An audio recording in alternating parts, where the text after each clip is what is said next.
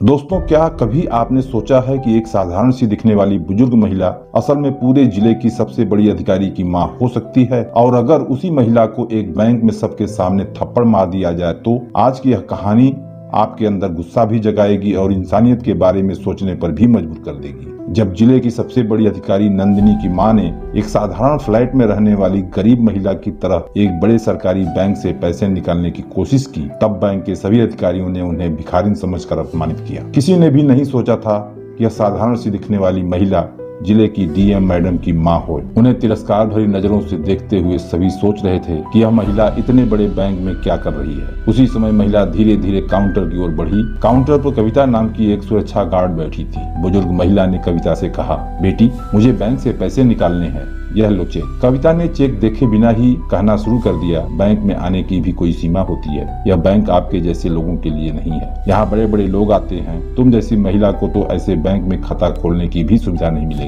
यहाँ से चली जाओ, नहीं तो बाहर निकलवा दूंगी। महिला ने शांत स्वर में कहा, बेटी, पहले चेक तो देख लो, मुझे 5 लाख रुपए निकालने हैं। यह सुनकर कविता हंस पड़ी। यह कोई मजाक करने की जगह है? तुमने जिंदगी में 5,000 भी देखे हैं क्या? 5 लाख निकालने आई हो? जल्दी यहाँ से चली जाओ, नहीं तो धक्का देकर बाहर निकल दूंगी। उसी समय बैंक मैनेजर ने अपनी केबिन से झांक कर पूछा, क्या हंगामा हो रहा है? कविता ने तुरंत जवाब दिया, सर, कोई भिखारिन महिला है, जाने को तैयार नहीं है। मैनेजर गुस्से में बाहर आया। बिना कुछ पूछे उस वृद्ध महिला को जोरदार थप्पड़ मार दिया। थप्पड़ इतना तेज था कि महिला लड़खड़ा कर जमीन पर गिर गई। फिर मैनेजर ने गार्ड से कहा, इसे खींच कर बाहर निकाल दो। कविता ने महिला को धक्का देकर बाहर निकाल दिया। वहाँ मौजूद सभी लोग चुपचाप यह सब देखते रहे। किसी को नहीं पता था यह महिला जिले की डीएम नंदिनी की मां है और यह पूरी घटना सीसीटीवी कैमरे में रिकॉर्ड हो रही है। घर पहुंचकर महिला ने रोते हुए अपनी बेटी नंदिनी को फोन किया और सारी घटना बता दी। यह सुनकर नंदिनी के अंदर आग सी लग गई। उन्होंने कांपती आवाज में कहा, माँ, कल मैं खुद जाऊंगी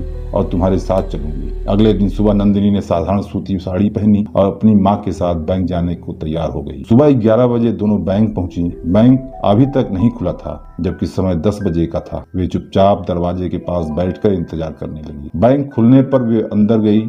दोनों इतनी साधारण लग रही थीं कि किसी ने उन्हें पहचान नहीं पाया। वे काउंटर पर पहुंची, जहां फिर वही कविता बैठी थी। नंदिनी ने विनम्रता से कहा, मैडम, हमें पैसे निकालने हैं, यह चेक देख लीजिए। कविता ने व्यंग में कहा, आप लोग शायद गलत बैंक में आ गई हैं। यह हाई प्रोफाइल क्लाइंट्स के लिए है। नंदिनी मुस्कुराकर बोली, एक बार चेक तो देख लीजिए। कविता ने अनमने ढंग से चेक लिया और उन्हें बैठने को कहा। कुछ देर बाद नंदिनी ने कहा, अगर आप व्यस्त हैं तो मैनेजर से मिलवा दीजिए। मैनेजर ने उन्हें देखकर कहा, मेरे पास फालतू लोगों के लिए समय नहीं है। नंदिनी शांत रही, फिर उठकर सीधे मैनेजर की केबिन में पहुंची। मैनेजर ने कहा, तुम्हें देखकर नहीं लगता कि तुम्हारे खाते में पैसे हों। नंदिनी ने कहा, अगर आप चेक देख लेते तो बेहतर होता। मैनेजर हंसते हुए बोला, मुझे अनुभव है, चेहरा देखकर पहचान जाता हूँ। नंदिनी ने कुछ नहीं कहा, बस लिफाफा टेबल पर रखकर बोली, इसे एक बार पढ़ तो लीजिए, शायद आपके काम आ जाए, नहीं तो इसका परिणाम भुगतना हो। और वह माँ का हाथ पकड़कर बाहर चली गई। अगले दिन वही महिला फिर बैंक आई, लेकिन इस बार उनके साथ एक अधिकारी था। वे सीधे मैनेजर के सामने पहुंची और बोली, मैंने कहा था तुम्हें परिणाम भुगतना होगा। फिर उन्होंने कहा, मैं नंदिनी इस जिले की डीएम हूँ और यह मेरी माँ है। पूरा बैंक सन्नाटे में डूब गया। नंदिनी ने मैनेजर को तुरंत पद से हटाने का आदेश दिया और कारण बताओ नोटिस भी थमा दिया। मैनेजर कांपते हुए बोला, मैडम, मुझे माफ कर दीजिए। नंदिनी ने कहा, माफी